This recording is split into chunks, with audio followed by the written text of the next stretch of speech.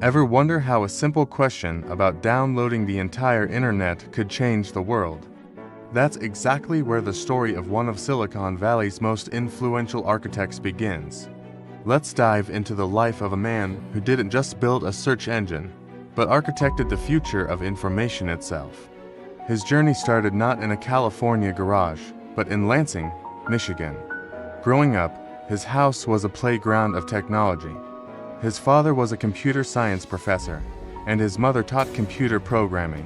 Surrounded by first-generation personal computers and tech magazines, a young boy's curiosity was ignited. He was fascinated by how things worked, often taking them apart just to see the mechanics inside. This early immersion in a digital world wasn't just a hobby. It was the foundation of a revolutionary mindset. He wasn't just learning to use computers. He was learning to think like them, to see the world as a web of interconnected data, a puzzle waiting to be solved. This unique upbringing in the heart of America planted the digital roots that would later grow to span the entire globe. The next chapter unfolds under the sunny skies of California at Stanford University. Enrolled in the prestigious computer science PhD program, he was searching for a dissertation topic, something big, something impactful. That's when he crossed paths with another brilliant student, Sergey Brin. At first, they reportedly didn't get along, debating nearly every topic. But this intellectual sparring forged a powerful partnership. They were both outsiders in a way, dreamers who saw the internet not just as a collection of pages, but as a universe of links. This shared perspective led them to a groundbreaking idea. They theorized that the importance of a web page could be determined by the number and quality of other pages linking to it. This concept, which they called PageRank, was the spark. It was a fundamentally new way to organize the chaotic, sprawling web, and it would become the core of their future empire. The idea was too big for a dissertation. It needed to be built. So, they moved from the pristine halls of Stanford to a more humble headquarters, a friend's garage in Menlo Park. This legendary garage became the first office of Google. With servers built from spare computer parts and a relentless work ethic, they began building their search engine. They weren't just writing code, they were on a mission to organize the world's information and make it universally accessible and useful. The name Google itself was a play on Google, the mathematical term for a 1 followed by 100 zeros, reflecting their mission to organize an immense amount of information.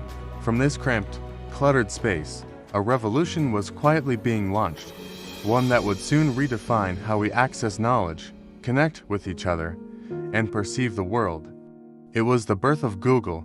As Google's search engine exploded in popularity, the challenge shifted from building a product to building a business. How do you make money without compromising the user's experience? This was a critical juncture.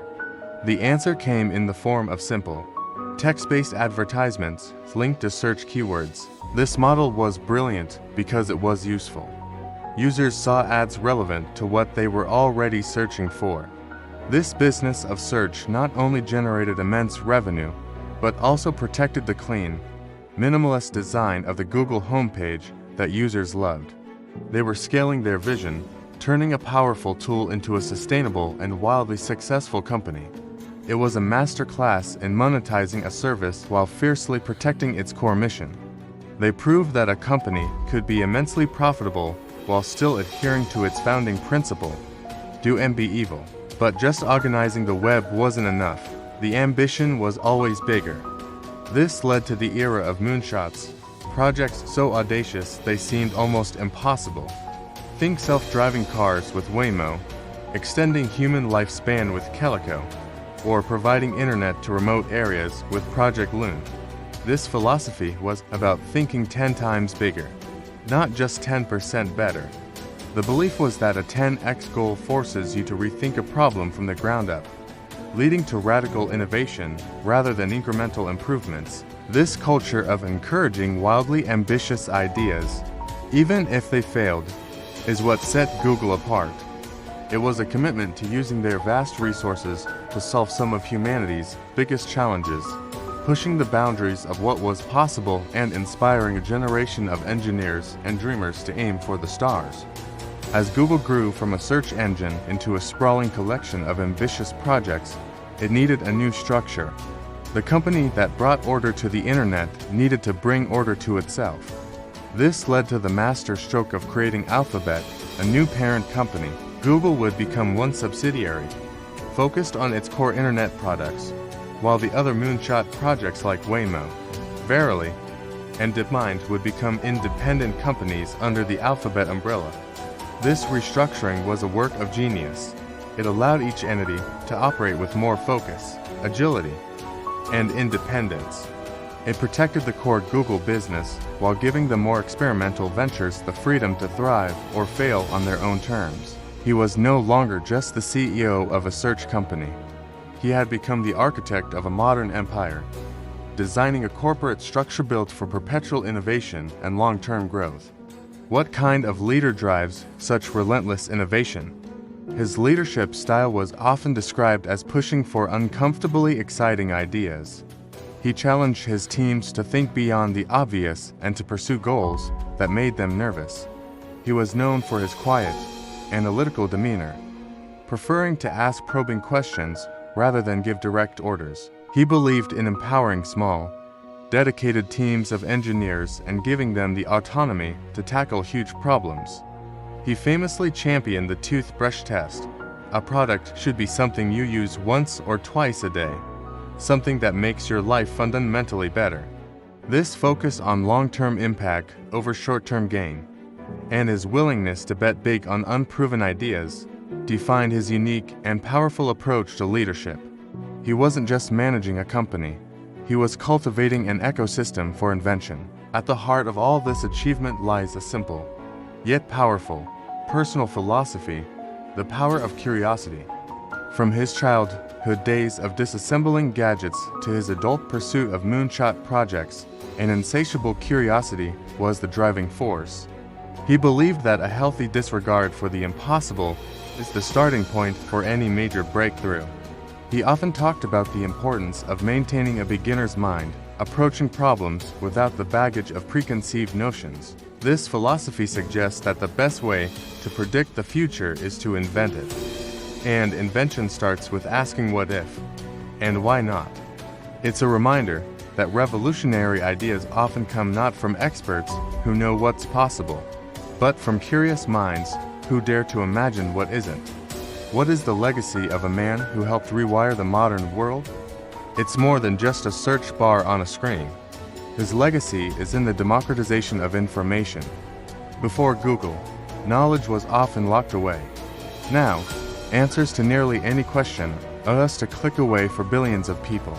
He didn't just build a company, he built a fundamental utility for the digital age, as essential as electricity or running water. His work has accelerated the pace of innovation in countless other fields by making information instantly accessible. The legacy is a world that is more connected, more informed, and more empowered. He stands as a true titan of the digital age, a visionary who saw the potential of a connected world and spent his life building it. So, what timeless lessons can we learn from this incredible journey? First, nurture your curiosity. Don't be afraid to take things apart, ask fundamental questions, and challenge the status quo. Second, think big, aim for 10x improvement, not just 10%. Audacious goals force you to be more creative. Third, focus on the user. Create products that are so useful, people can't imagine their lives without them. And finally, stay optimistic about the future and the role technology can play in solving big problems. The story of this digital visionary is a powerful reminder that a single, bold idea, fueled by relentless curiosity and an unwavering belief in a better future, can truly change the world. Thank you so much for watching. If you found this story inspiring as I do, please hit that like button. Subscribe for more deep dives into the minds that shape our world, and let me know in the comments which innovator we should cover next. See you in the next video.